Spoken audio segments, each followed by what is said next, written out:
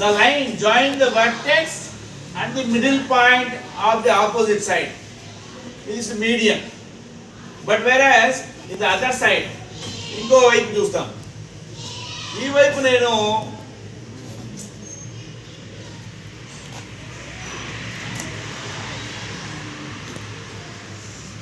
వేలాడి తీస్తాను. సెంటర్ వచ్చిందా? లేదు. అంటే ఈ లైన్ పైన ఇక్కడ రైట్ యాంగిల్ ట్రయాంగిల్లో ఏదైతే మనము ట్రయాంగిల్ పెట్టుకుంటామో అక్కడ when we hang the piece of chalk లేదా ఇంకేదైనా సరే హ్యాంగ్ చేసినప్పుడు ఏదైతే స్ట్రైట్ లైన్ వస్తుందో perpendicular line this is the ఆర్క్లో ఏమవుతుంది? ఆర్క్లో.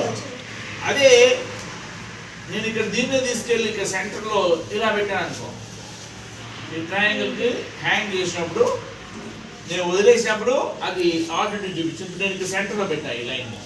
ఇటువంటి సెంటర్లో పెట్టినప్పుడు ఏమైంది? ఇది median. Very good.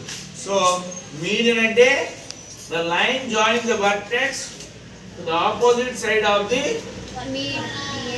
Line, opposite side of the triangle. Side వచ్చి ఇక్కడ సైడ్ లో మిడిల్ పాయింట్ దగ్గర పెట్టినప్పుడు అయితే అది మీడియన్ అవుతుంది. అదే ఇలా హ్యాంగ్ చేసినప్పుడు ఇది పర్పెండిక్యులర్ లైన్ అవుతుంది.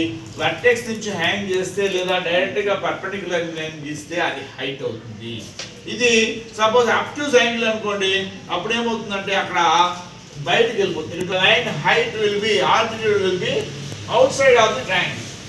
మిడిల్లో వచ్చేటట్లయితే ఆ లైన్ ని గీసేటట్లయితే the line drawing from the vertex to middle point of the opposite side అయితే అది మీడియన్ అవుతుంది. ఓకేనా?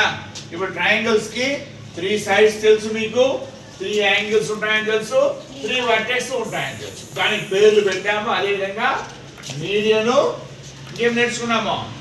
ఆల్టిట్యూడ్ అనేది నేర్చుకున్నాం. ఓకేనా?